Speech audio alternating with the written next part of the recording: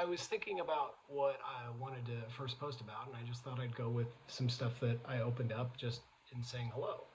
And I talked about addiction, and I also talked about social media and its connection to addiction. I take this very seriously.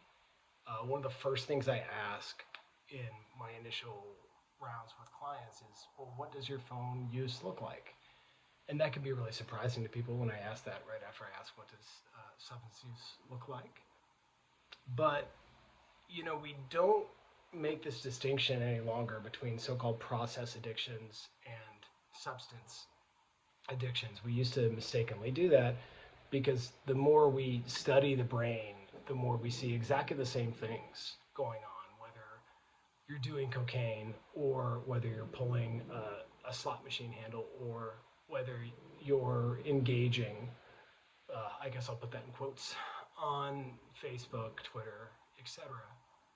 And of course, it's no secret that these platforms have been designed by the same folks who so successfully designed slot machines to bring us into an environment where all we're doing is chasing that feedback loop of dopamine, which we don't really understand as sort of a joy or happy neurochemical anymore. We tend to think of it as a reward chemical. So the same feeling you'd get from, say, getting a diploma on stage. That's sort of how we understand it, whether you're a rat in a maze or whether you're getting those likes that you're chasing. All that is to say, any other dopamine seeking behavior that we engage in multiple hours a day, as most of us do on our phones, we would consider problematic.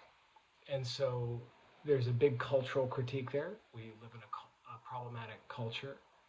And within that culture, there's only so much that individuals can do, but there's a lot that individuals can do for the sake of their own mental health. A really brief way of saying everything I just said is read Harari's Stolen Focus. It's a really beautiful book, both in the way that it's researched, but especially in the way it's told. He's a great storyteller. Is deeply connected to his own experience of both struggling with technology addiction and working through it.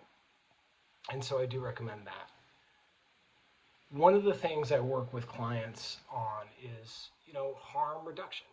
I'm not a zero tolerance person.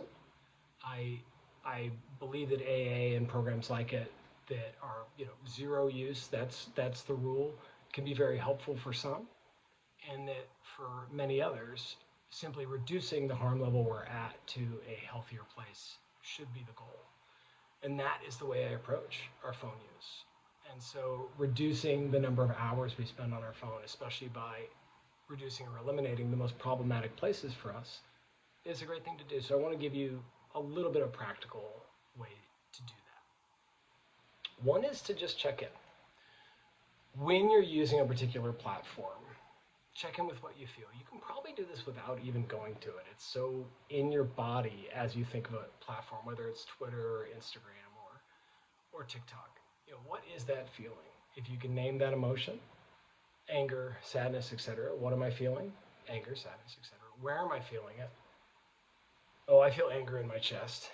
What does it feel like? Well, it's a tightness or a heat. And if I stay with all three of those, well, what do I go back to? What other places, what other memories stir up this same kind of emotional wavelength? And if I can hold all that, I can mindfully experience my emotions as opposed to just being controlled by them. And I can also come to an understanding of, well, practically what these platforms do to me, what a particular platform does to me. And for me, when I went through that process and found a lot of anxiety on Twitter, well, asking the question, do I want that in my life, got really simple. No, I do not. And pulling the plug is sometimes difficult. So reducing time and seeing what that feels like is a very good one. We're deeply visual creatures.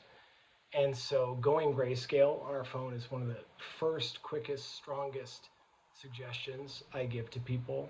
Making that a shortcut on your phone. On my phone, I've programmed it so it's just a triple tap on the side power button. gets me back to color if I want to look at a photo of my kids or something I truly need color for.